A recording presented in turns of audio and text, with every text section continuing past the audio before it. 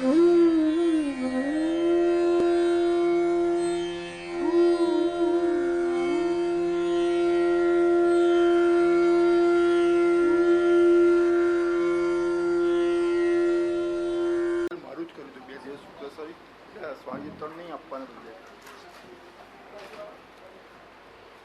જન્મદિન નિમિત્તે અને બસુના જન્મદિન નિમિત્તનું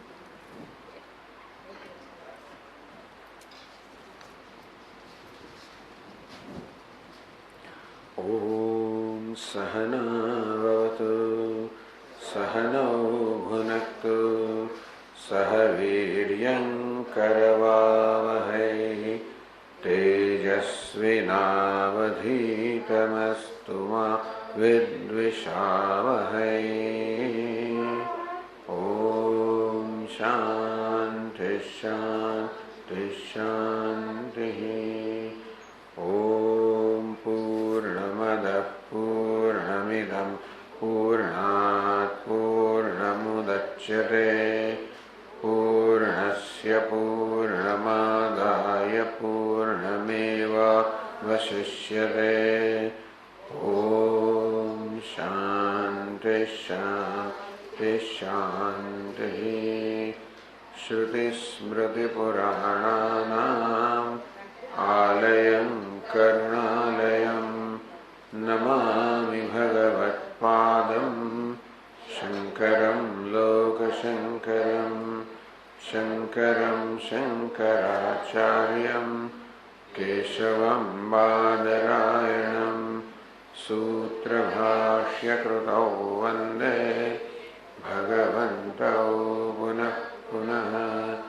ઈશ્વરો ગુરુરાત્મેતિ મૂર્તિભેદવિભાગિને વ્યાપ્તદેહાય દક્ષિણામૂર્તયે નમઃ. અખંડાનંદસંબોધઃ વંદનાદ્યસ્ય જાયતે ગોવિંદં તમહં વંદે ચિદાનંદતનું ગુરું અખંડં સચ્ચિદાનંદં અવાङ्मनसगोचरम् આત્માનમખિલાધારम् આશ્રયેભીષ્ટસિદ્ધયે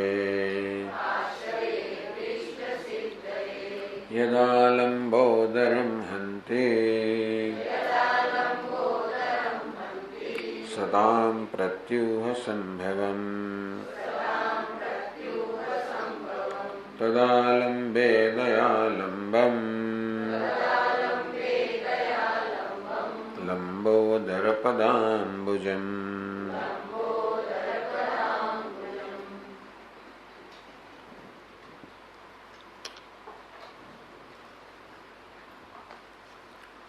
તત્વમસી મહાવાક્યનો ઉપદેશનું પ્રકરણ ચાલી રહ્યું છે.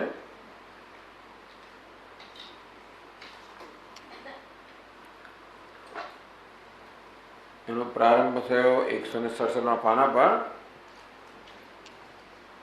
બ્રહ્મ અદ્વિતીય છે એના નિરૂપણથી પ્રારંભ થયો. ભ્રાંત્યા બ્રહ્મણિ ભેદોયમ સજાતીયાદિલક્ષણ કાયત્રેભે વિદ્વન વસ્તુતો નૈવ કશ્ચન. સજાતીયાદિલક્ષણ ભેદ. આ બ્રહ્મમાં સજાતીય વિજાતીય સ્વગત સજાતીય ભેદ એક જ વર્ગના બે સભ્ય વચ્ચે, એક મનુષ્ય અને બીજા મનુષ્ય વચ્ચે. વિજાતીય ભિન્ન ભિન્ન વર્ગો જળ અને ચેતન વચ્ચે. સ્વગત એકની અંદર રહેલા ભેદ આ પક્ષમાં હાથ પગ મસ્તક વગેરે રંગો એકદમ જુદા જુદા હોય. સ્વગત ભેદ ભેદ તો છે પણ પરમાત્મા ભેદ નથી. આ ભેદ માત્ર સપાટી પર છે આ ભેદ બધો તરંગમાં હોય, પરંતુ જળ જે વાસ્તવમાં તરંગનું સ્વરૂપ છે ત્યાં કોઈ ભેદ નથી.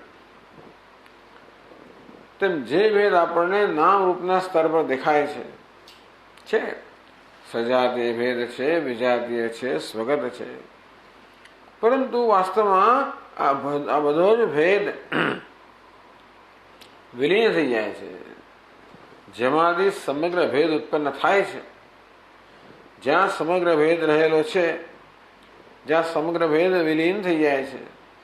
જેમ સુવર્ણમાંથી અનેક અલંકારોનો ઉદ્ભવ થાય, સુવર્ણમાં અલંકારોની સ્થિતિ હોય, સુવર્ણ વળી પાછા અલંકારો લીન થઈ જાય, તો અલંકારોમાં સજાતીય, વિજાતીય, સ્વગત એ બધો ભેદ હોય. કંઠી જુદી ને બુટ્ટી જુદી વગેરે વગેરે. કંઠીની અંદર પણ ભિન્ન ભિન્ન એના અવયવ હોય, પણ સુવર્ણમાં એવો કોઈ ભેદ નથી. તે રીતે સર્વ ભેદભાવનું જે અધિષ્ઠાન છે, જેમાંથી ભેદનો ઉદ્ભવ થાય છે, જેમની સ્થિતિ છે, જે લીન થાય છે, એ પરમાત્મામાં, બ્રહ્મમાં કોઈ પ્રકારનો ભેદ નથી. હતો કાલત્રેપી, હતો નહીં, છે નહીં, હશે નહીં. સર્જન વખતે નહીં, સૃષ્ટિ વખતે નહીં, પાલન વખતે નહીં, લય વખતે નહીં. એનો અર્થ એ થયો કે સર્વ ભેદભાવ રહિત જે તત્વ છે એના પર આ સર્જનનો, પાલનનો, લયનો સર્વ ખેલ થયા કરતા હોય છે. એ સર્વ આ ખેલથી અસ્પૃષ્ટ અદ્વિતીય તત્વ. યત્ર નાન્યત પશ્યતિ શ્રુતે દ્વૈતમ નિષેધતે. શ્રુતિ, આ શ્રુતિ એટલે શાસ્ત્ર છે. છાંદોગ્ય ઉપનિષદ કહ્યું, બૃહદારણ્યક ઉપનિષદ કહ્યું. યત નાન્યત પશ્યતિ, નાન્યત શૃણોતિ, નાન્યત વિજાનાતિ. જે અવસ્થામાં એક કરતા પોતે અન્યને કોઈ જોતો નથી, એટલે ટૂંકમાં પોતાને અન્ય કશું છે નહીં જેને જુએ, સાંભળે કે જાણે. જે છે એક જ છે. એટલે કે દ્રષ્ટા, દૃશ્ય, જ્ઞાતા, જ્ઞેય આ બધા ભેદ જ્યાં વિલીન થઈ જાય છે એને ભૂમા કહેવામાં આવે, બ્રહ્મ કહેવામાં આવ્યું. એટલે શ્રુતિ વારંવાર કહેતી હોય છે કે જો આ બધો ભેદભાવ જે તમે જણાય છે, ભેદભાવ માત્ર સપાટી પરનો છે, એ સત્ય નથી. આ બધો ભેદ જેના પર આધારિત છે એ અભિન્ન જે તત્વ છે. કલ્પિતસ્ય ભ્રમાદ ભૂમની મિથ્યાત્વાવગમાય તત. છાંદોગ્ય ઉપનિષદના 7મા અધ્યાયમાં ભૂમન શબ્દનો પ્રયોગ થયો, બૃહદારણ્યકમાં બ્રહ્મ શબ્દનો પ્રયોગ થયો. એ ભૂમન પર, બ્રહ્મ પર, પરમાત્મા પર, એક પર અનેક બધાના ભેદની કયું નામ? સર્જન. એક પર અનેક પ્રકારની કલ્પના થવી એનું નામ સર્જન. એક સુવર્ણ પર અનેક અલંકારોની કલ્પના થવી એનું સર્જન. તેવી રીતે એક જ પરમાત્મા પર આ બધા પ્રકારના ભેદની કલ્પના થવી. શ્રુતિ વારંવાર કહેવા માંગે છે ભેદભાવ છે, આ દ્વૈત છે એ મિથ્યા છે, અર્થાત એ માત્ર દેખાવાનું જ છે. જે વાસ્તવિક તત્વ છે તો એક અદ્વિતીય તત્વ છે. યતસ્તતો બ્રહ્મ સદા અદ્વિતીયમ વિકલ્પ શૂન્યમ નિરુપાધિ નિર્મલમ. તેથી આવું હોવાને કારણે તતઃ બ્રહ્મ સદા અદ્વિતીયમ, બ્રહ્મ છે પરમાત્મા સદા અદ્વિતીય છે. વિકલ્પ શૂન્યમ, કોઈ દ્રષ્ટા, દૃશ્ય એ કોઈ પ્રકારના વિકલ્પો જ્યાં આગળ નથી. નિરુપાધિ સ્વરૂપાધિ પર, નિર્મલમ નિર્મળ, નિરંતરાનંદ ઘનમ, આનંદ ઘન, નિરંતર આનંદ ઘન, નિરીહમ નિરાસ્પદમ કેવલમેકમેવ. કોઈ ઇહ નથી, કોઈ ચેષ્ટા નથી, કોઈ ઈચ્છા નથી. નિરાસ્પદમ, જેને કોઈ આસ્પદ નથી, આશ્રય નથી, જેને આશ્રયની આવશ્યકતા નથી. જે સર્વનો આશ્રય છે, જેને સ્વયં કોઈ આશ્રય આવશ્યકતા નથી, એવું એક અદ્વિતીય તત્વ છે. નૈવાસ્તિકાચન ભિદાન ગુણ પ્રતીતિ નો વાક પ્રવૃત્તિરભિનવાન મનઃ પ્રવૃત્તિ. યત કેવલમ પરમ શાંતમ અનંતમાદ્યમ આનંદ માત્રમો ભાતિ સદદ્વિતીયમ. નહીં વાસ્તી કાચન ભેદા, કોઈ પ્રકારનો ભેદ નથી. આપણું જીવન તો ભેદ પર જ રચાયેલું છે. ભેદને સત્યતા આપવામાં જ રહે કે હું જુદો અને જગત જુદું. આ પ્રકારનો ભેદ કે હું આવડો જ છું, આટલો જ છું, માત્ર આ ઉપાધિ પર મર્યાદિત છું, સમગ્ર જગતમાંથી ભિન્ન છે, આ પ્રકારના ભેદ પર જ જીવન રચાયેલું છે. અને એ ભેદનો ખ્યાલ જ વાસ્તવમાં બધા પ્રકારનો શોક ઉત્પન્ન કરનાર છે.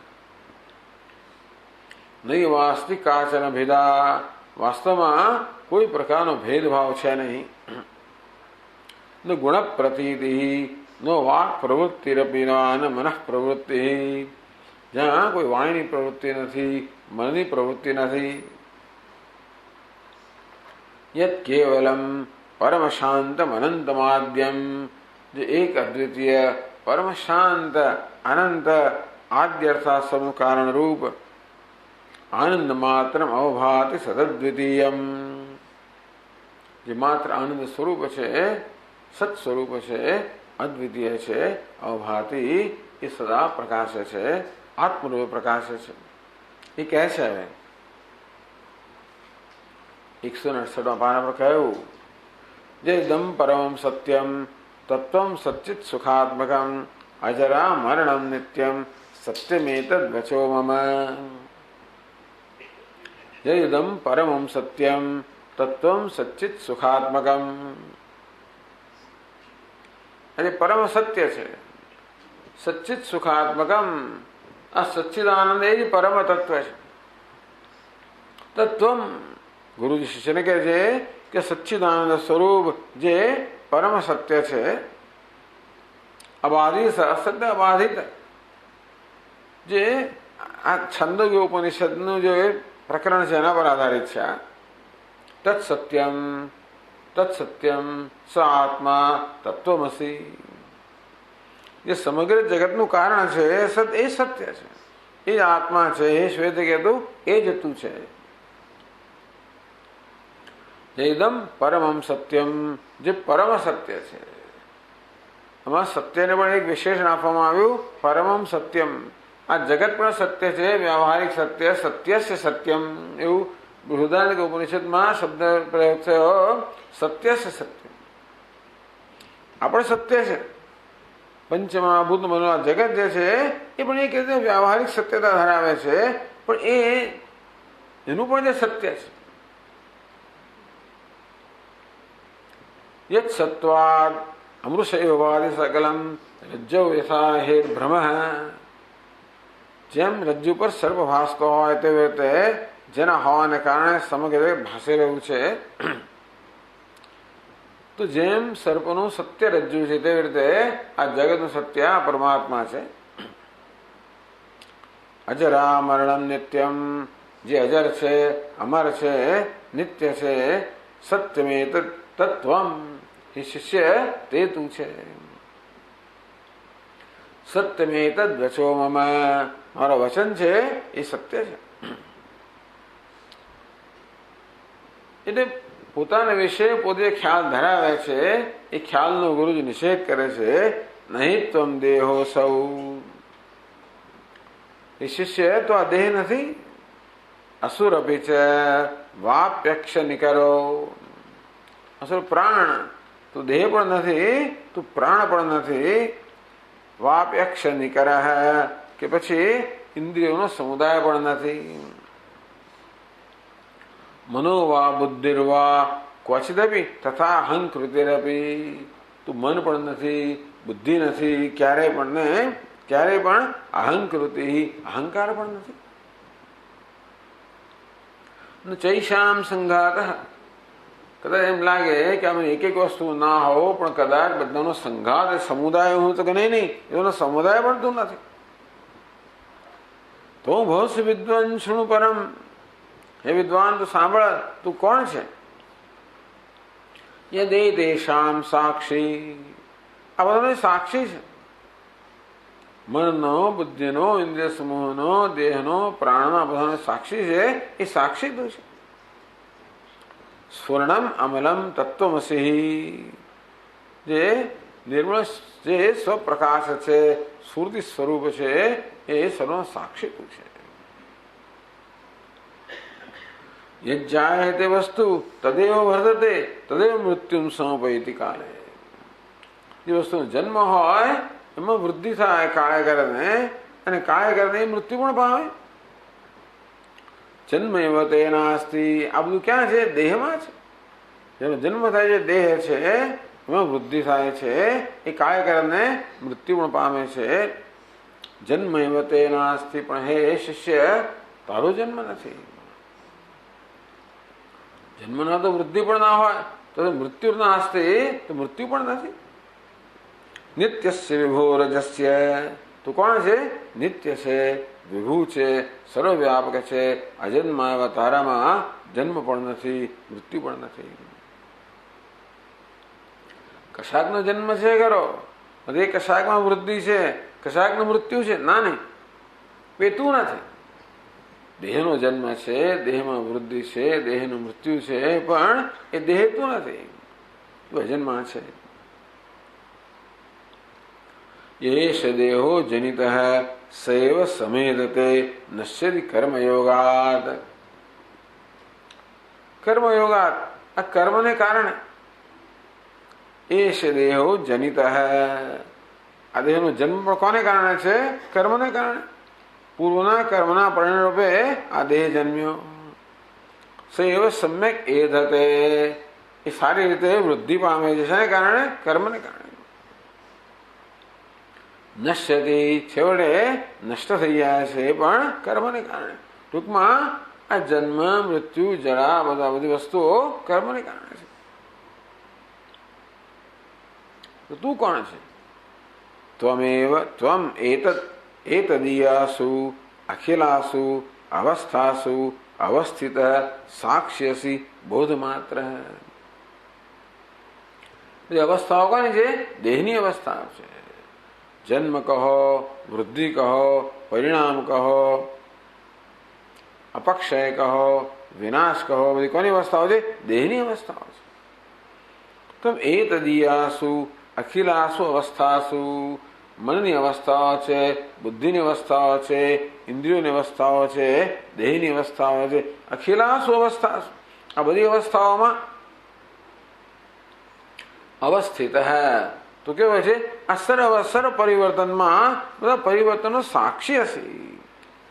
આ બધા પરિવર્તનમાં પરિવર્તન રહિત સાક્ષી તું છે. જેને બધાની મધ્યમાં રહેલો છે, પણ બધા પ્રકારના વિકારથી રહિત છે. બધાનો બધાને સત્તા સુધી પ્રદાન કરનાર, છતાં પણ સાક્ષી છે. બોધ માત્ર તો માત્ર ચિત્ત જ્ઞાન સ્વરૂપ છે, ચૈતન્ય સ્વરૂપ છે.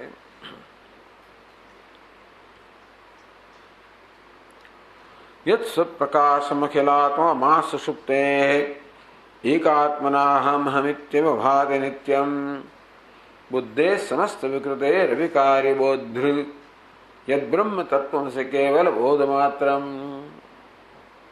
બહુ સુંદર શ્લોકો છે બધા. યત સ્વપ્રકાશમ અખિલાત્મકમ આ સુષુપ્તે.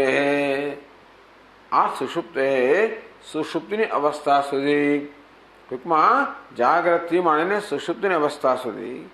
યત સ્વપ્રકાશમ, જે સ્વપ્રકાશ છે, અખિલાત્મકમ, સર્વના આત્મ સ્વરૂપ છે. એક આત્મના અહમ હેતિ અભાતિ નિત્યમ. એ એક આત્મના એક જ સ્વરૂપે કોઈ પ્રકારનું પરિવર્તન પામ્યા વગર અહમ અહમ એ પ્રકારે અવભાતિ, જે સતત પ્રકાશ રહ્યું છે. સુષુપ્તિ સુધી, ટૂંકમાં જાગ્રત હોય, સ્વપ્ન હોય, સુષુપ્તિ હોય, બધી અવસ્થાની અંદર જે અનેક પરિવર્તનો થઈ રહ્યા છે, એ બધામાં બધી વસ્તુ ઊંઘી પણ જાય. સુષુપ્તિમાં આ મન બુદ્ધિ બધા ઊંઘી જાય ત્યારે પણ જે ઊંઘતું નથી, અર્થાત જે સતત સ્વયં પ્રકાશ છે. બુદ્ધે સમસ્ત વિકૃતે અવિકારી બોધ્ર. આ બુદ્ધિના જે અનેક વિકારો છે, બુદ્ધિ કહો, મન કહો, એના અનેક વિકારો છે, અનેક વૃત્તિઓ છે. કામ, સંકલ્પ, વિચિકિત્સા, શ્રદ્ધા, અશ્રદ્ધા, ધૃતિ વગેરે વગેરે. ટૂંકમાં આ જાત જાતની વૃત્તિઓ છે. बुद्धि ज्ञानम असमोह क्षमा सत्यम दम शम वगैरह बધી વૃત્તિઓ છે. સમસ્ત વિકૃતે અવિકારી બોધ્રુ. આ બધી વૃત્તિઓ તો કોણ છે? બોધા જ્ઞાતા છે. આ બધા વિકારનો જ્ઞાતા કેવો છે? અવિકારી. તો સર્વ વિકારનો નિર્વિકાર જ્ઞાતા છે. યદ બ્રહ્મ તત્વમસી કેવલ બોધ માત્રમ. સર્વ વિકારનો સાક્ષી જ્ઞાતા અવભાષક જે બ્રહ્મ છે, કેવલ બોધ માત્રમ, માત્ર બોધ સ્વરૂપ, જ્ઞાન સ્વરૂપ, ચૈતન્ય સ્વરૂપ જે સ્વયં પ્રકાશ બ્રહ્મ છે, આ સર્વનું સાક્ષી છે, તે તું છે. સ્વાત્મન્યસ્તમય સંવિધિ કલ્પિતસ્ય વ્યોમાદિ સર્વ જગત પ્રદદાતિ સત્તા સ્ફૂર્તિમ સ્વકીય મહસા વિતનોતિ સાક્ષાત યદ બ્રહ્મ તત્વમસી કેવલ બોધ માત્રમ. સ્વાત્મની અનસ્તમય સંવિધિ. સંવિધિ એટલે ચૈતન્ય, એ અનસ્તમય, જેનો અસ્ત નથી, જો ઉદય પણ નથી, અસ્ત પણ નથી. જો આપણી ઉપાધિમાં સતત ઉદય ને અસ્ત થયા કરે છે. આપણે જયારે ઊંઘી જઈએ છીએ ત્યારે બધા વ્યક્તિત્વનો અસ્ત થઈ ગયો હોય છે. જાગીએ ત્યારે આપણી પાછો ઉદય થાય. મનમાં વૃત્તિનો પણ એક વૃત્તિનો ઉદય થાય, એક અસ્ત થાય, બેનો ઉદય થાય. શરીરની એક અવસ્થાનો અસ્ત થાય, બીજાનો ઉદય થાય. આ પ્રકારે સતત ઉદય અને અસ્તની પ્રક્રિયાઓ થયા કરતી હોય છે. પણ અનસ્તમય સંવેદી, સંવિત કહો, ચૈતન્ય કહો, અનસ્તમય જેનો અસ્ત નથી. સ્વાત્મની જે આત્મ સ્વરૂપ છે, ચૈતન્ય સ્વરૂપ છે, જ્ઞાન સ્વરૂપ છે, એનું ક્યારે પણ અસ્ત નથી. આ હું કોણ છું એ પ્રકારનું ચિંતન કરવું હોય તો એના માટે આ બધું માર્ગદર્શન આપવામાં આવ્યું કે હું કોણ છું જેનું ક્યારે અસ્ત નથી. અસ્ત પામતી વિક્રિયાત્મક વસ્તુઓનું સાક્ષી છું. મારામાં એવું કયું તત્વ જેનો અસ્ત થતો નથી? અનસ્તમય સંવેદી કલ્પિતસ્ય, એ સંવિત પર, આત્મ તત્વ પર, ચૈતન્ય પર કલ્પિતસ્ય વ્યોમાદિ સર્વ જગત પ્રદદાતિ સત્તા. આકાશ તેમાં સમગ્ર જગત જેના પર કલ્પિત છે. તસ્માદ્વા એ તસ્માત આત્મન આકાશ સંભૂત. એ પરમ બ્રહ્મ જે આત્મા છે એમાંથી આકાશનો ઉદ્ભવ થયો, આકાશનો જન્મ થયો, કહો સંભવ થયો, ઉદ્ભવ થયો. ત્યાંથી સમગ્ર જગત વાયુ, અગ્નિ, જળ, પૃથ્વી વગેરે. અહીંયા આગળ જન્મ થવો એટલે કલ્પના થવી. એટલે જગતની કલ્પના થઈ. કલ્પિતસ્ય વ્યોમાદિ સર્વ જગત પ્રદદાતિ સત્તા. આ સમગ્ર આકાશ તેમાં સમગ્ર જગતને જે સત્તા સ્ફૂર્તિ પ્રદાન કરનાર, સ્ફૂર્તિ પ્રદદાતિ, હોવાપણું, ભાસવાપણું પ્રદાન કરે છે. એ બધાને ચેતનતા પ્રદાન કરે છે. બધાને જે પ્રવૃત્તિ પ્રદાન કરે છે. યતઃ પ્રવૃત્તિર્ભૂતાનામ, જેમાંથી પ્રાણી માત્રની પ્રવૃત્તિ છે. સ્વકીય મહાસા, પોતાના તેજથી સ્વયં પ્રકાશથી સત્તા અને સ્ફૂર્તિ પ્રદાન કરનાર છે. વિતનોતિ સાક્ષાત યદ બ્રહ્મ તત્વમસી કેવલ બોધ માત્ર. એ કેવલ બોધ માત્ર પરમ બ્રહ્મ છે. એ શિષ્ય તે તું છે.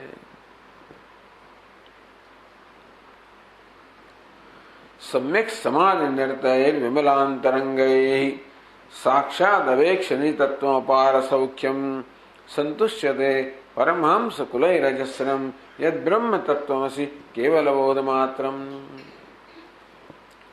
સમ્યક સમાધિ નિરતૈ, જે સારી રીતે સમાધિમાં રત છે. વિમલાંતરંગૈ, અંતરંગ અંતઃકરણ, નિર્મળ અંતઃકરણ વાળા જે સતત સમાધિમાં રત છે. પરમહંસ કુલૈ, એવા પરમહંસના સમૂહ છે જે લોકો અત્યંત શુદ્ધ અંતઃકરણ ધરાવનારા છે અને સતત સમાધિમાં રત છે. એવા મહાપુરુષો જે તત્વનું સાક્ષાત અવેક્ષ નિજ તત્વ અપાર સૌખ્યમ,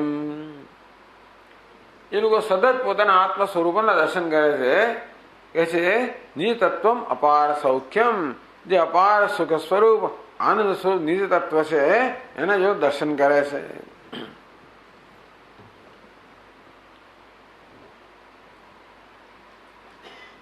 સુખમાત્યંતિકમ યત્તત બુદ્ધિગ્રાહ્યમતીન્દ્રિયમ વેત્યત્ર ચૈવાયમ સિદ્ધશ્ચરતિ તત્વતઃ. સુખમાત્યંતિકમ યત્તત બુદ્ધિગ્રાહ્યમતીન્દ્રિયમ, જે અતિન્દ્રિય આનંદ સુખ છે જેના બુદ્ધિમાં દર્શન કરે છે આત્મ સ્વરૂપે. અજસ્રમ સંતુષ્યતે, અને સદા એલો જે સંતુષ્ટ છે. તો આવા પરમહંસો જે લોકો સમાધિમાં રત હોય છે એ પોતાના શુદ્ધ અંતર્મુખ અંતઃકરણની અંદર જે અપાર સચિત આનંદના દર્શન કરે સદા સંતુષ્ટ છે. એ તત્વ એ પરમ બ્રહ્મ છે. એ શિષ્ય તે જ તું છે.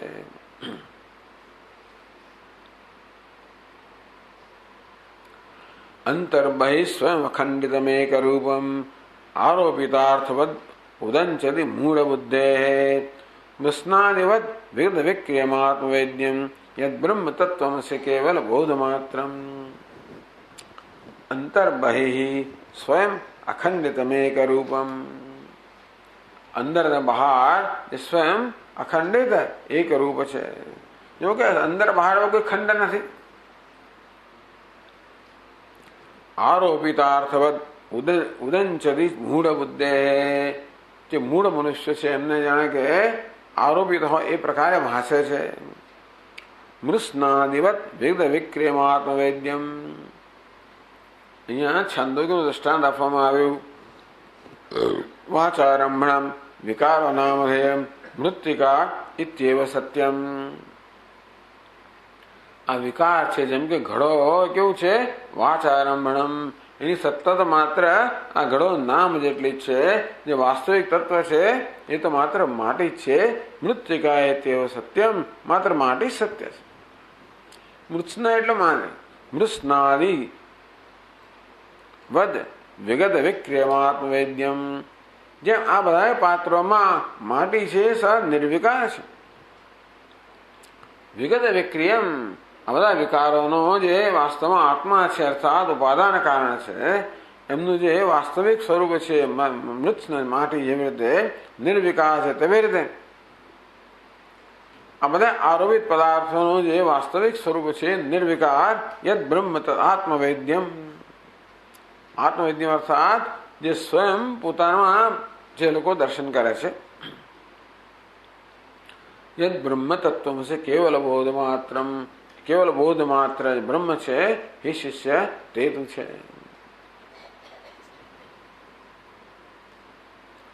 શ્રુત્યુક્તમવ્યમનંતમનાદિમધ્યમ અવ્યક્તમક્ષરમનાશ્રયમ અપ્રમેયમ આનંદ સદ્ઘન મનામયમ અદ્વિતીયમ યદ બ્રહ્મ તત્વમ સ કેવલ બોધ માત્રમ. શ્રુતિયુક્તમ અવ્યયમ અનંતમ અનાદિમધ્યમ. શ્રુતિમાં વેદમાં શાસ્ત્રમાં જેને અવ્યય અનંત અનાદિ મધ્યમ આદિ એને મધ્ય રહિતનો, અવ્યક્તમ તે ઇન્દ્રિયનો વિષય નથી, અક્ષરમ જેમાં કોઈ પ્રકારનો ક્ષર એટલે કે વિનાશ નથી, નિર્વિકાર છે, અવિનાશી છે, અનાશ્રયમ જેને કોઈ આધારની આવશ્યકતા નથી, જે સ્વયં સિદ્ધ છે, જેને હોવા માટે આધાર એટલે શું, જેમ કે ઘડો છે હોવા માટે માટીરૂપી આધારની જરૂર છે. લાકડાનું ટેબલ છે એના માટે લાકડારૂપી આધારની જરૂર છે. તો આ બધાનો આધાર કયો છે તો કે છે હોવા પણ અસ્તિ, એ જ પરમ બ્રહ્મ છે. અને એને કોઈ આધાર જોઈએ તો કે નહીં, એ કેવું છે સ્વયં સિદ્ધ એટલે અનાશ્રયમ અપ્રમેયમ, જે માપી શકાય એમ નથી. આનંદ સદ્ઘનમ આનંદને સત સ્વરૂપ, અનામયમ બધા આમયથી, બધા પ્રકારના રોગથી કે દોષથી કે દુઃખથી મુક્ત અદ્વિતીય અદ્વિતીય છે યદ બ્રહ્મ તત્વમસી કેવલ બોધ માત્રમ, એ બોધ માત્ર અદ્વિતીય બ્રહ્મ તું છે.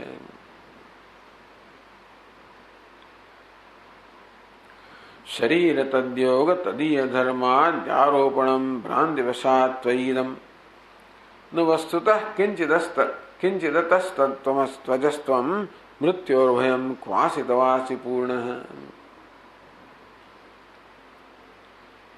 આ મૃત્યુના ભયની વાત કરે છે. શરીર તદ્યોગ તદીય ધર્માદિ આરોપણમ ભ્રાંતિ વશાત ત્વયિદમ, ત્વયી તારામાં ઇદમ આરોપણમ, આ શરીર અને તદ્યોગ તદીય ધર્માદિ આરોપણમ, આ શરીર યોગ એટલે સંબંધ અને ધર્મ આરોપ થયો. એટલે કે હું પુરુષ છું, હું સ્ત્રી છું, હું યુવાન છું, હું વૃદ્ધ છું, હું તો કે શ્યામ છું, હું શ્વેત વગેરે વગેરે, ગોરો છું, શ્યામ વગેરે. આ પ્રકારના શરીરનો એના ધર્મ આરોપ જે છે તો ભ્રાંતિથી છે. ન વસ્તુતઃ કિંચિત અતસ્ત્વમ અતસ્તુ અજસ્ત્વમ, અને માટે વાસ્તવિક જોઈએ તો આમની કશી વસ્તુ તું નથી, તારામાં પણ નથી, તું પણ નથી, માટે વાસ્તવમાં તું અજહ અજન્મા છે. મૃત્યોર્ભયમ ક્વાસી તવાસી પૂર્ણ, તું પૂર્ણ છે હે શિષ્ય, તને મૃત્યુનો ભય ક્યાંથી? યદ્યદ દૃષ્ટમ ભ્રાંતિમત્યા સ્વદૃષ્ટ્યા તત્ત સમ્યક વસ્તુ દૃષ્ટ્યા ત્વમેવ ત્વત્તો નાન્યદ વસ્તુ કિંચિત લોકે કસ્માદ ભીતિસ્તે ભવેદદ્વયસ્ય. યદ્યદ દૃષ્ટમ ભ્રાંતિમત્યા સ્વદૃષ્ટ્યા, તારી ભ્રાંતિવાળી સ્વદૃષ્ટિથી જે કંઈ તો જુએ છે, તત્ત સમ્યક વસ્તુ દૃષ્ટ્યા ત્વમેવ. બે પ્રકારની દ્રષ્ટિની વાત કરવામાં આવી, એક ભ્રાંતિ દ્રષ્ટિ અને બીજી સમ્યક દ્રષ્ટિ. ભ્રાંતિ દ્રષ્ટિ, ભ્રાંતિને કારણે જોઈએ તો પેલા ભ્રાંતિને કારણે મારી જાતને જે રીતે જોઉં છું, ભ્રાંતિને કારણે મારી જાતને ઉપાધિઓ મર્યાદિત માનતો હોઉં, ભ્રાંતિ કારણે દેહ બુદ્ધિનો સંઘાત મારી જાતને માનતો હોઉં, ભ્રાંતિને કારણે મારો જન્મ મૃત્યુ એમ માનતો હોઉં, તો એને કારણે જગત પર પણ ભ્રાંતિ હોય. અને તેથી જગતને માત્ર ભિન્ન માનું છું. એક બાજુ મારે માત્ર ઉપાધિ પૂરતો મર્યાદિત માનું છું, જેને કારણે ઉપાધિ બહારનું જગત જે છે એમાંથી ભિન્ન છે એ પ્રકારે ભેદભાવ જોઉં છું. તો ભ્રાંત દ્રષ્ટિ જે કંઈ તો જુએ છે, જે કંઈ અનુભવે છે, સમ્યક દ્રષ્ટિયા, સમ્યક દ્રષ્ટિ યથાર્થ દ્રષ્ટિ તું કરે તો જે કંઈ અનુભવે છે તે તું જ છે. આમ અનેક અરીસાઓ સમક્ષ ઉભેલો હોવ, ભ્રાંતિને કારણે માનવું કે આ બધા જુદા જુદા સ્વામી છે, જુદા જુદા લોકો છે, તો ભ્રાંતિ દૃષ્ટિને કારણે જે બધાને પોતાના કરતા ભિન્ન માનવામાં આવે છે. સમ્યક દ્રષ્ટિયા, સાચી દૃષ્ટિ જયારે જોઉં ત્યારે ખબર પડે કે આ તો બધા પ્રતિબિંબ, હું જ પ્રતિબિંબિત થયો છું, હું જ સ્વરૂપે ભાસી રહ્યો છું. ટૂંકમાં હું અર્થાત આત્મા આ સમય ભાસી રહ્યો છું. તેથી જે છે એ તો હું જ છું. તત્વત્તો નાન્ય વસ્તુ કિંચિત લોકે, તારા કરતા અન્ય કોઈ વસ્તુ જગતની અંદર છે નહીં.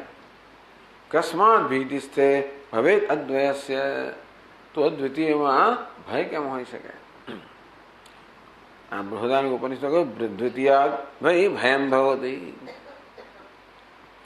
દ્વિતીયાદ વૈ ભયમ ભવતી. જ્યાં દ્વિતીય છે, જ્યાં પોતાના કરતા અન્ય છે ત્યાં ભય હોય છે, પણ અન્ય કઈ છે જ નહીં. હે શિષ્ય, જે છે તે તું જ છે, અન્ય જેને માટે પણ તું જ છે. ભ્રાંતિ દ્રષ્ટિથી તો અન્ય માને છે, એને સમ્યક દ્રષ્ટિએ જો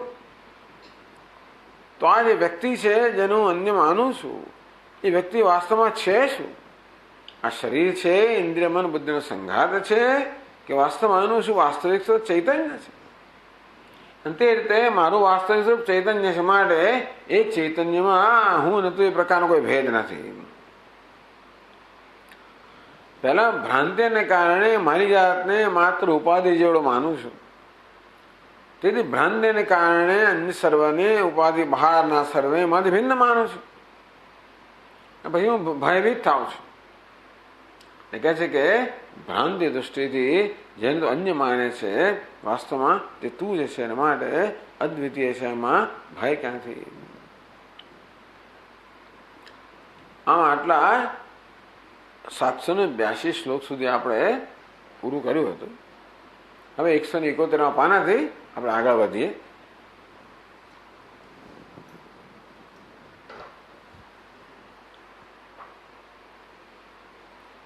આજે ભયનો વિષય છે, એની આગળના શ્લોકમાં પણ એ વિશે વાત કરે છે. પહેલા તો કહેવામાં આવ્યું તને મૃત્યુનો ભય ક્યાંથી હોય? આ મૃત્યુનો ખ્યાલ તો શરીરના કારણે જન્મે છે. આ શરીરને એના ધર્મનો તારા પર આરોપ થવાને કારણે હું મૃત્યુને અધીન છું, મારું મૃત્યુ થવાનું છે, આ પ્રકારનો ભય જન્મે છે. એ બધું તો શરીરના સ્તરે છે. એ તારા પર આરોપિત છે, એ તારો સ્વભાવ નથી. મારે તને મૃત્યુનો ભય કેવી રીતે હોઈ શકે?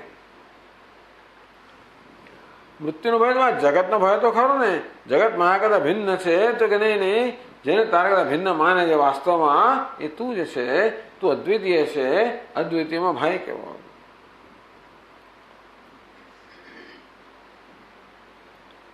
એ જ વાત 783 શ્લોકમાં કહે છે.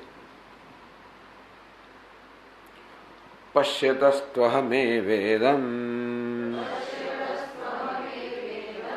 સર્વમિત્યાત્મનાખિલં ભયં સ્યાદ વિદુષસ્તસ્માકસ્માદ સ્વસ્માન ભયમિષ્યતે.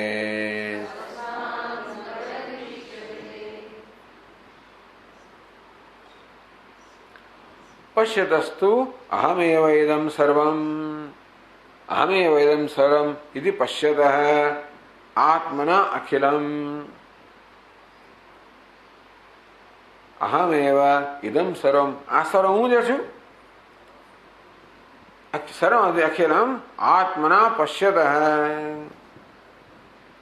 એટલે કહેવામાં આવ્યું કે તું જેને તને ભિન્ન માને વાસ્તવમાં તું જ છે. આ સર્વ એક જ આત્માનો અવિલાસ છે, એક જ ચૈતન્યનો અવિલાસ છે. ચિત્ત ચૈતન્ય જેવી રીતે વિલાસ તદ્રુજે સ્વપ્નની અંદર. સ્વપ્નમાં એક જ ચૈતન્યનો વિલાસ છે. સમગ્ર સ્વપ્ન જગત એક જ ચૈતન્યનો વિલાસ છે. તેમાં જાગ્રત જગત પણ એક જ ચૈતન્યનો વિલાસ છે. બ્રહ્મવાહમિદમ જગત સકલમ ચિન્માત્ર વિસ્તારિતમ. સમય જેવો છે, ચૈતન્ય એક માત્ર વિસ્તાર છે. અને તેથી પહેલા પોતાના માટેની દ્રષ્ટિ કે છે હું ચૈતન્ય છું. જ્યાં સુધી મારી જાતના દેહનો સંઘાત માનતો હોય ત્યાં સુધી આ શક્ય નથી. પણ જ્યારે પોતાના વિષયની પોતાની દ્રષ્ટિ બદલાઈ ગઈ છે કે હું શુદ્ધ ચૈતન્ય છું, ચૈતન્ય માત્ર છું, તો સર્વ ચૈતન્ય જ છે. આ દેહ પણ ચૈતન્ય જ છે. વાસ્તવમાં એ ચૈતન્યનો જ વિલાસ છે. જેમ વૈજ્ઞાનિકો આપણને કહે છે કે આ સર્વ જે પદાર્થો છે એક જ ઉર્જા જે છે, ઉર્જાના તરંગો છે. તેવી રીતે વેદાંત કહે છે કે આ સર્વ જે છે એક ચૈતન્યના તરંગ છે. એ ચૈતન્ય હું છું. આમ અહમેવ ઇદં સર્વં, હું જ આ સર્વ છું. બ્રહ્મવાહમિદમ સકત જગત ચ સકલમ ચિન્માત્ર વિસ્તારિતમ. બસ હું જ બ્રહ્મ છું અને આ મારો જ વિસ્તાર છે. ઇતિ પશ્યતઃ, આ પ્રકારનું દર્શન કરનાર વિદુષ જે વિદ્વાન છે, ભયમ સાત કસ્માત ભયમ સાત વિદુષ. આવા વિદ્વાનને, આવા જ્ઞાની પુરુષને કસ્માત શેનાથી ભય જન્મે? જે કાંઈ છે વાસ્તવમાં હું જે છું, મારો જ વિલાસ છે, એને શેનાથી ભય જન્મે? તસ્માત સ્વસ્માન ભયમિષ્યતે. ભય કોનાથી હોય? બીજા કોઈથી હોય. પોતાને ભય ના હોઈ શકે. પોતાનામાં બીજાની દ્રષ્ટિએ તો ભય જન્મે. હરીસા આપણે જોઈએ ને ખબર ના હોય કે મારો પ્રતિબિંબ તો ભય જન્મે. આપણે અંધાર રૂમમાં બેઠેલા હોઈએ, એક દીવો માત્ર હોય, આપણો મોટો પડછાયો ભીંત પર પડતો હોય, એને ભૂત માનો તો ભાઈ જન્મે? બસ સ્વસ્માન, આ તો હું જ છું, મારો જ પડછાયો છે, આ મારું જ પ્રતિબિંબ છે, આ મારો જ વિલાસ છે. આ પશ્યત આ પ્રકારે દર્શન કરનારને ક્યાંથી ભય હોય? વિદ્વાનને કોઈનો પોતાને ભય ના હોઈ શકે. અભયમ પ્રતિષ્ઠા વિંદતે. માટે તૈત્રીય ઉપનિષદમાં કહેવામાં આવ્યું કે આ વિદ્વાન નિર્ભયતામાં પ્રતિષ્ઠિત થાય છે.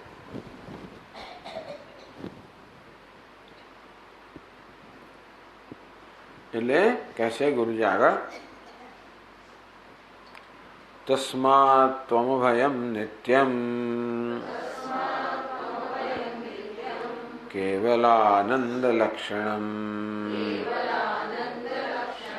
નિષ્કલમ નિષ્કલમ નિષ્ક્રિયમ શાંતમ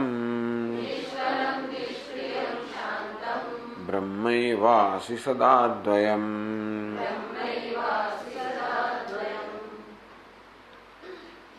તસ્માત ત્વમ અભયમ નિત્યમ કેવલાનંદ લક્ષણમ. તસ્માત તે કારણથી ત્વમ કેવલાનંદ લક્ષણમ, તું કેવલ આનંદ સ્વરૂપ છે, નિત્ય છે, અભયમ નિત્યમ, હંમેશા તો નિર્ભય છે, અભય સ્વરૂપ છે.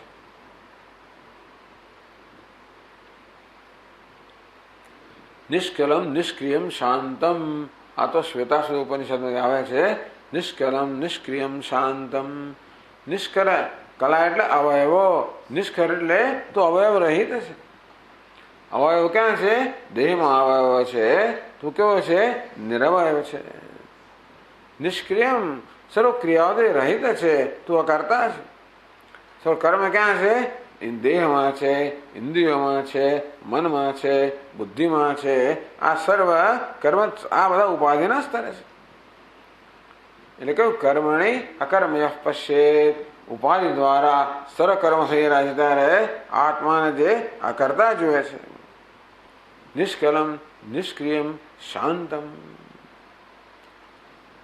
શાંત એટલે સર્વ અનર્થથી મુક્ત. તું શાંત છે, અનર્થથી મુક્ત છે. તારામાં કોઈ અનર્થ નથી, કોઈ ભય નથી, કોઈ દુઃખ નથી, કોઈ શોક નથી, કોઈ સંતાપ નથી. બ્રહ્મૈવાસી સદાદ્વયમ. તું સદા અદ્વયમ બ્રહ્મૈવાસી.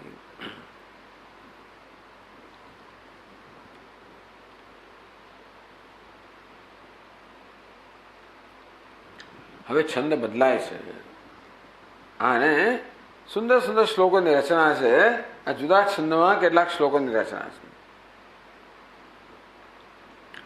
જ્ઞાતૃજ્ઞાન જ્ઞેય વિહીનમ જ્ઞાતુરભિન્નમ જ્ઞાનમખંડમ.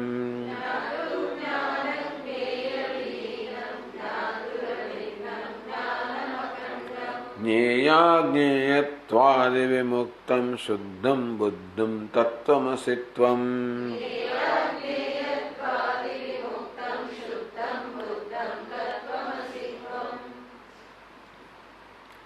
જ્ઞાતૃ જ્ઞાન જ્ઞેય વિહીનમ.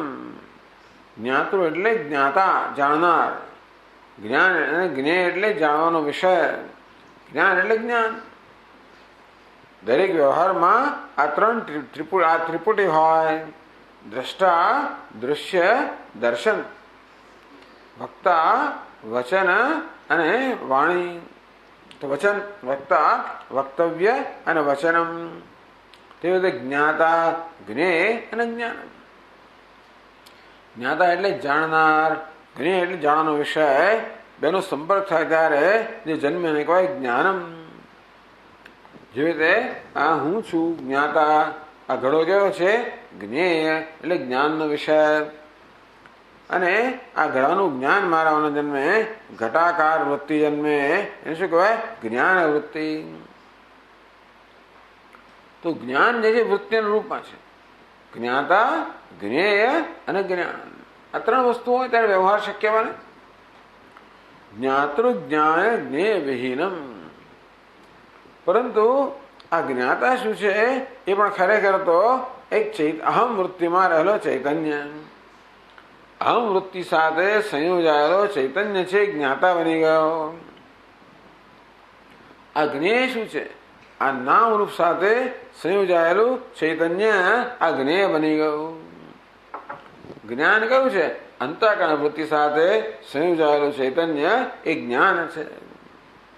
આમ ત્રણ જુદા જુદા જણાય છે ખરા, પણ ખરેખર એ ત્રણનું અન્વેષણ કરીએ ત્યારે ખબર પડે કે એક જ જ્ઞાન, એક જ ચૈતન્ય છે એ આ ત્રણ વેશમાં વ્યવહાર કરી રહ્યો. ટ્રિપલ રોલ થયો. એક જ ચૈતન્યનો ટ્રિપલ રોલ. ટ્રિપલ રોલ એટલે શું? ત્રણ રોલ એકબીજાને સાથે વ્યવહાર કર્યા ત્યારે ટ્રિપલ રોલ કહેવાય. ડબલ રોલમાં બે જણ એક સાથે લડતા હતા. એક જ માણસ ડબલ રોલમાં પોતાની સાથે લડી રહ્યો છે. તમે ટ્રિપલ રોલ, એક જ પરમાત્માનો ટ્રિપલ રોલ, જ્ઞાતા, જ્ઞેય અને જ્ઞાન. એ પરમાત્મા ત્રણ વેશ લીધા. અહમ વૃત્તિનો વેશ લઈને જ્ઞાતા બની ગયો, નામ રૂપનો વેશ લઈને જ્ઞેય બની ગયો, અંતઃકરણ વૃત્તિનો વેશ લઈને જ્ઞાન બની ગયો. સ્વયં કેવો છે? જ્ઞાતૃ જ્ઞાન જ્ઞેય વિહીનમ. વાસ્તવમાં જ્ઞાતાપણું પણ નથી, જ્ઞેયપણું પણ નથી અને જ્ઞાનપણું પણ. જ્ઞાન એટલે વૃત્તિ જ્ઞાન, એ પણ નથી. તો ચૈતન્યમાં જ્ઞાતાપણું પણ નથી. જ્ઞાતા પણ એક વેશ છે. દ્રષ્ટા, શ્રોતા, મંતા બધા વેશ છે. વાણીમાં અહમ હોવાને કારણે ચૈતન્યને વક્તા કહેવામાં આવે, ચક્ષુમાં અહમ હોવાને કારણે દ્રષ્ટા કહેવામાં આવે, શ્રોત્રમાં અહમ હોવાને કારણે શ્રોતા કહેવામાં આવે, મનમાં અહમ હોવાને કારણે મનતા કહેવામાં આવે, વિજ્ઞાતા કહેવામાં આવે. પ્રાણન્યવ પ્રાણો નામ ભવતી વદન વાઘ આમ કહેવામાં આવ્યું કે ભિન્ન ભિન્ન પ્રકારના અધ્યારોપને કારણે ચૈતન્ય જાણે કે ભિન્ન ભિન્ન વેશ લે છે, કોઈ વેશ એને સ્પર્શતો નથી. જ્ઞાતૃ જ્ઞાન જ્ઞેય વિહીનમ જ્ઞાતુ અભિન્નમ. આ તત્વ જે છે, જે જ્ઞાતા જ્ઞેય જ્ઞાન સર્વથી રહિત છે, એટલે કે એ પ્રકારના ખ્યાલથી રહિત છે. તો એ ત્રણનું જે અધિષ્ઠાન છે એ શુદ્ધ નિર્મળ ચૈતન્ય. એ ક્યાં છે? તો જ્ઞાતુ અભિન્નમ. આ જે જ્ઞાતા છે એનું સ્વરૂપ છે. હે શિષ્ય, તારું સ્વરૂપ છે જ્ઞાન અખંડમ. આ જ્ઞાન જુદું. આ જ્ઞાન શબ્દના બે જગ્યાએ જ્ઞાન શબ્દ વપરાયો છે. આ એક જ પંક્તિમાં જ્ઞાતૃ જ્ઞાન જ્ઞેય વિહીનમ. એક વાર કહે છે કે જ્ઞાતા જ્ઞેય જ્ઞાન રહિત. બીજી વાર કહે છે જ્ઞાન અખંડમ, અખંડ જ્ઞાન સ્વરૂપ. એક વાર કહે છે જ્ઞાન વગરનો, બીજી વાર જ્ઞાન સ્વરૂપ. એનો તો બે જ્ઞાન થયા. એ કેવું જ્ઞાન છે? વૃત્તિ જ્ઞાન.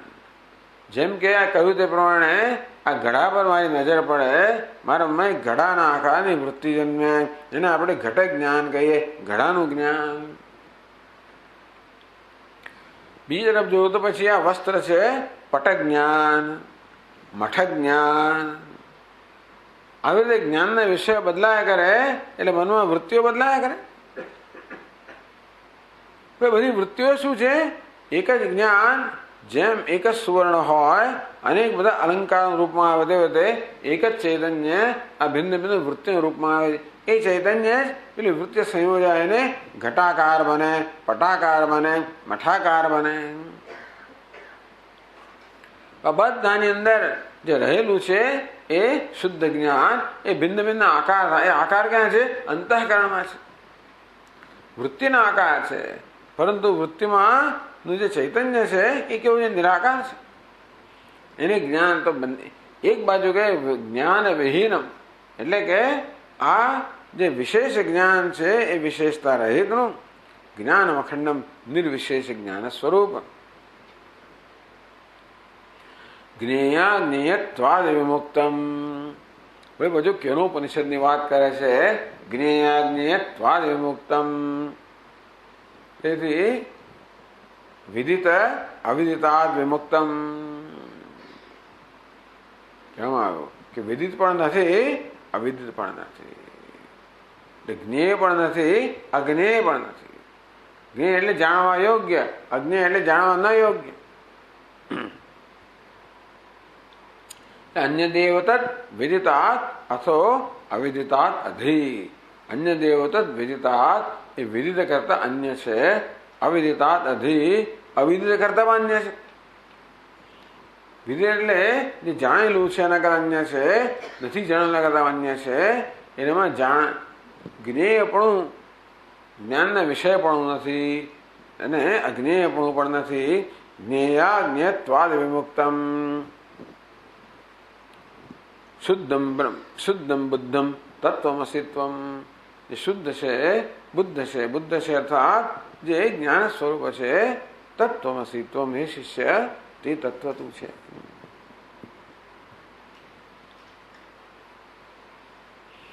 એવું છે ને કે જાણેલું નહીં જાણેલું બંને એ બધા આ પ્રકારે વિદિત એટલે જાણે, જ્ઞેય એટલે જાણવા યોગ્ય કે જ્ઞાનનો વિષય એ કોને લાગુ પડે? મારાથી અન્ય વસ્તુને લાગુ પડે. અને અજ્ઞેય એટલે જે જ્ઞાનનો વિષય નથી એ પણ કોણ છે? મારાથી અન્ય. આમ જ્ઞેય અને અજ્ઞેય બે વચ્ચે બેની અંદર આ બધું જે અન્ય છે બધાનો સમાવેશ થઈ ગયો. ત્યાં કેનો પછી સમજાયો કે વિદિત અને અવિદિત આ બંનેની અંદર સમગ્ર અનાત્માનો સમાવેશ થઈ ગયો. એ નથી તો કોણ રહ્યો? બાકી હું જ રહ્યો. તો જ્ઞેય અને અજ્ઞેય બંને બાત કરે તો કોણ રહે? અહમ રહે. એવું જ્ઞેય જ્ઞેયત્વાદ વિમુક્તમ શુદ્ધમ બુદ્ધમ. જે શુદ્ધ બુદ્ધ તત્વ છે તે તું છે હે શિષ્ય.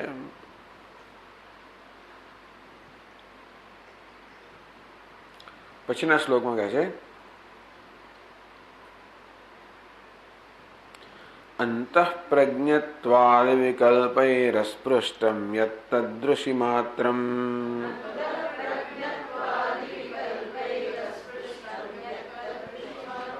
સત્તા માત્રમ સમરસમેકમ શુદ્ધમ બુદ્ધમ તત્વમસિત્વમ.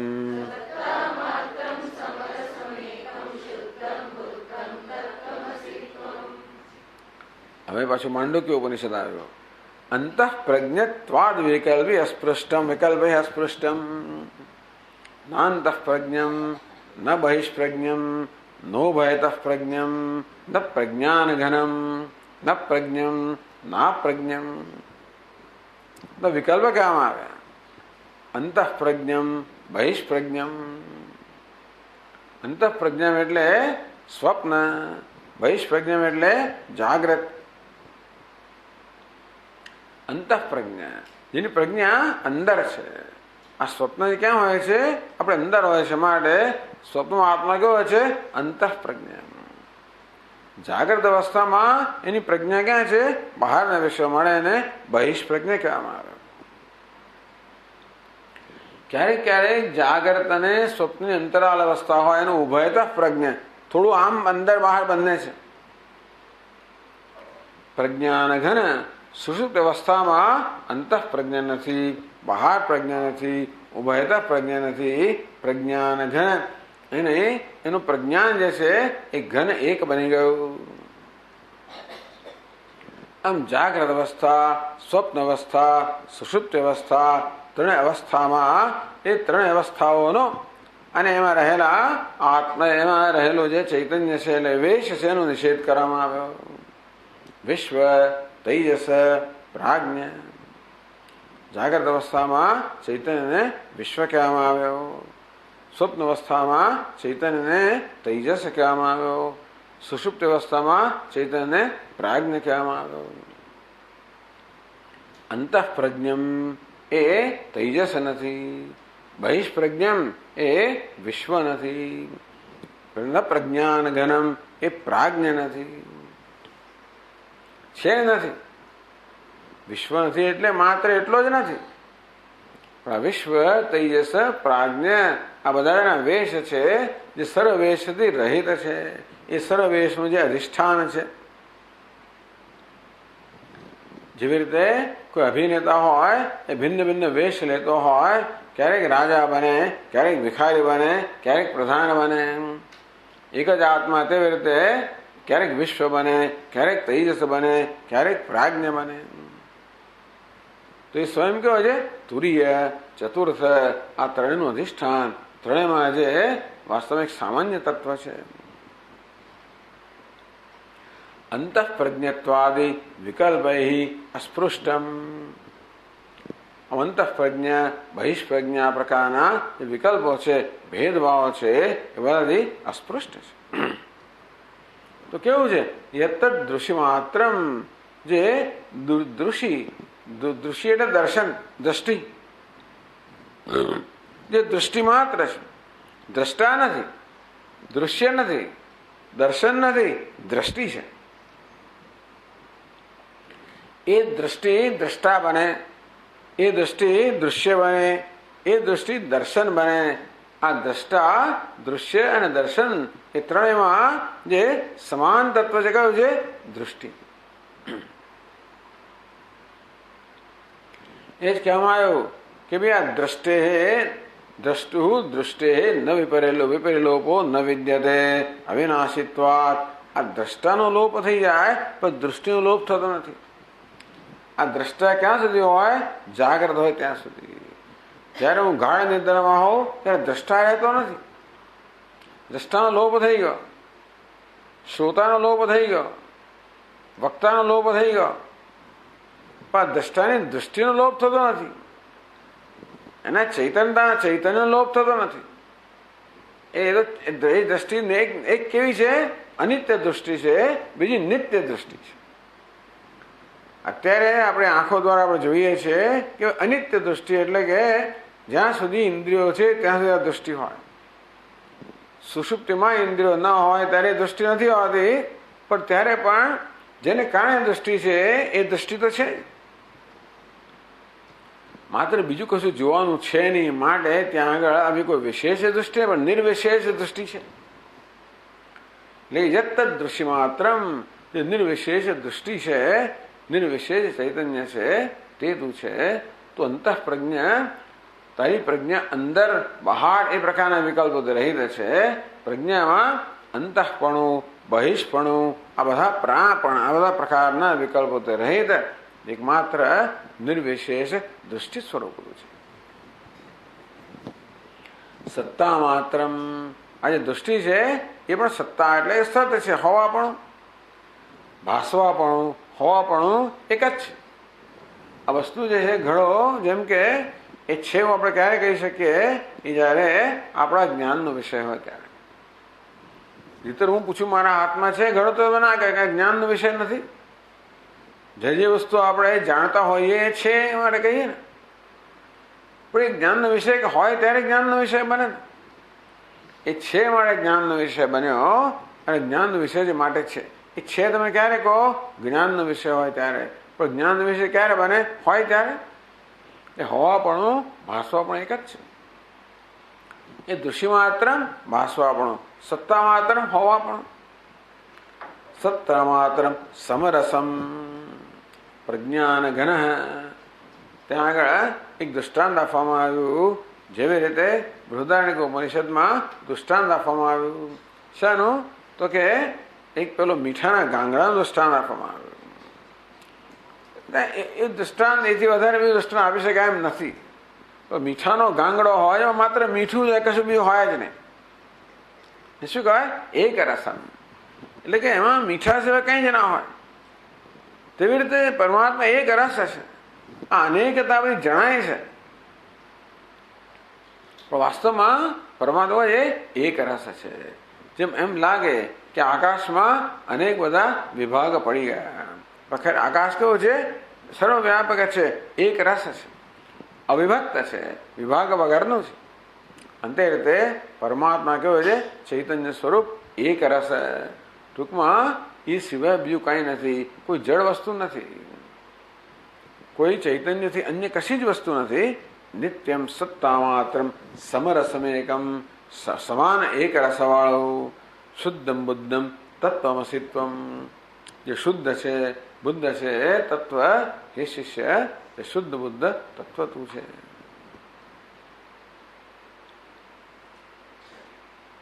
ચાલો પછી આપણે આગળ કરશું.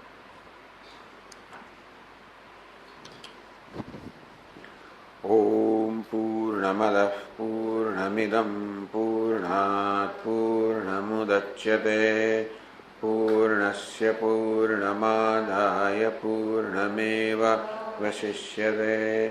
ओम शांति शांति शांति।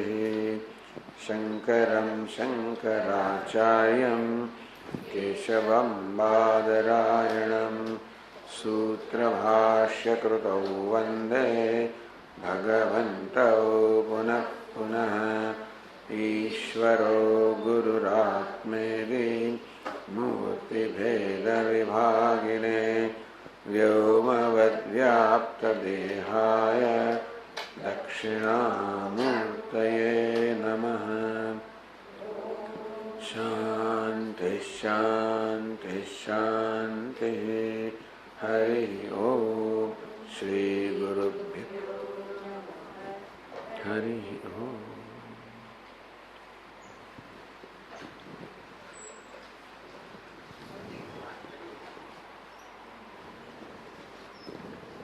हाँ